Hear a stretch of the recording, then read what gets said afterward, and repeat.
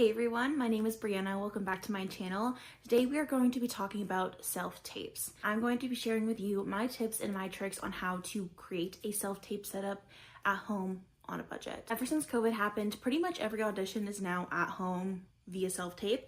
So I want to share with you how I build my self-tape setup, what I include, and what you can include as well. All the equipment and everything that I talk about will be linked in the description box below so that you can get everything that I have purchased and make it easier for you. Okay, let's get started. Lighting.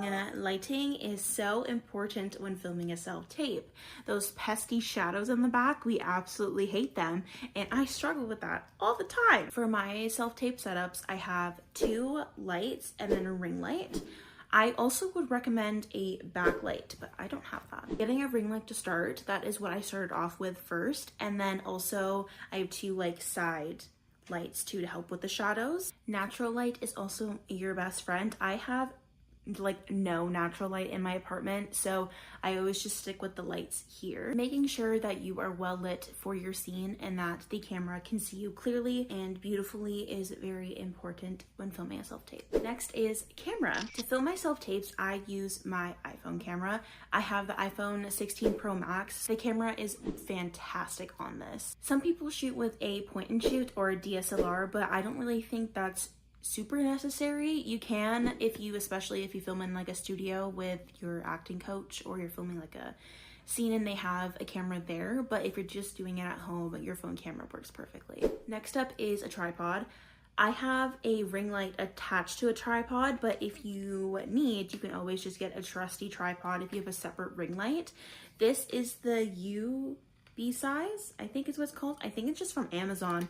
It also came with a remote so that I can just hold it here and press play or pause or whatever and connect it to my phone. So that's super helpful. But any tripod is really easy and simple. They're fairly inexpensive, I believe, but I'll have this one linked down below as well. Now, depending on what type of scene you are filming, usually for a backdrop, you want just a plain background. Usually what I do is just shoot on this back wall.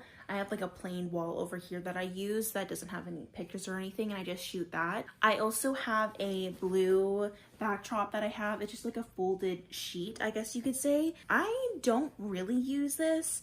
I've used it before, but I hate having to steam it. But I know on Amazon you can get just one of those retractable ones that might be easy. I'll link both those types down below. Just having a plain backdrop is super important, so there's nothing distracting behind you or anything like that. Backdrops are also helpful to decide what you kind of want to wear. If I wouldn't wear something white because my backdrop is white, or if you wanted to wear white, a blue backdrop because it would stand out a little bit more. I don't really think backdrops are extremely necessary, but if you have just a plain wall at home, that works perfectly fine. Microphone. Now, I usually just use my iPhone microphone and it works fine, but I have this tiny little one that I got off of Amazon. It comes with 2 mics like this and the connector for your phone. I got a new phone, so this doesn't work anymore, unfortunately. But if you want to, you can use a mic, or if you use point and shoot or DSLR, I know they also have camera mics you can get. I would recommend that if you're using a point and shoot or a DSLR camera, because I know that the audio quality is not very great on the cameras themselves. So I would recommend that, getting a mic for those cameras if you're using that. Your iPhone mic should be good enough as well. Clothing.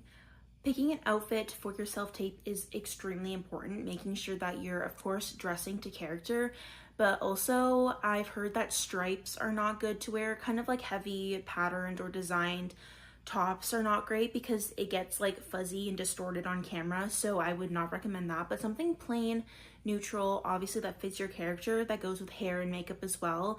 Picking things that stand out and your hair's all nice and that your makeup is done properly or to the character. There's certain colors that don't work well on camera. I can't think of them off the top of my head, but I'll put them here if I can find them. But making sure you pick the appropriate outfit and have your hair and makeup done to the character is also really important to make sure you bring your character to life on camera. Angles are also super important when filming a self-tape, making sure you know where you're looking.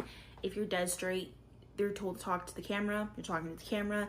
If you're offside a little bit, you're talking to a reader, changing eye angles. If someone's walking away, making sure you're watching them walk away. If you're talking to two people but only have one reader, make sure you're talking to someone and then you're talking to the other person. Making sure you know your angles, body language too, if you're facing them, if you're turned away when you're talking kind of thing. Making sure you know your angles and your lights and your placement is super important. Going over that with your reader off camera. Most of the time, for commercials, you don't really need a reader. Voice record the other lines and play them back. Also too, FaceTiming a friend. A good way to get a reader as well if you don't have one physically here with you. But making sure you know your angles, which one's placed well with the scene. Analyzing the script, going over that is really helpful. And last but not least, a prop bin for your self-tapes. I know what that sounds like, kind of weird, but I have a chest full of props that I either thrifted or just kind of have around the house.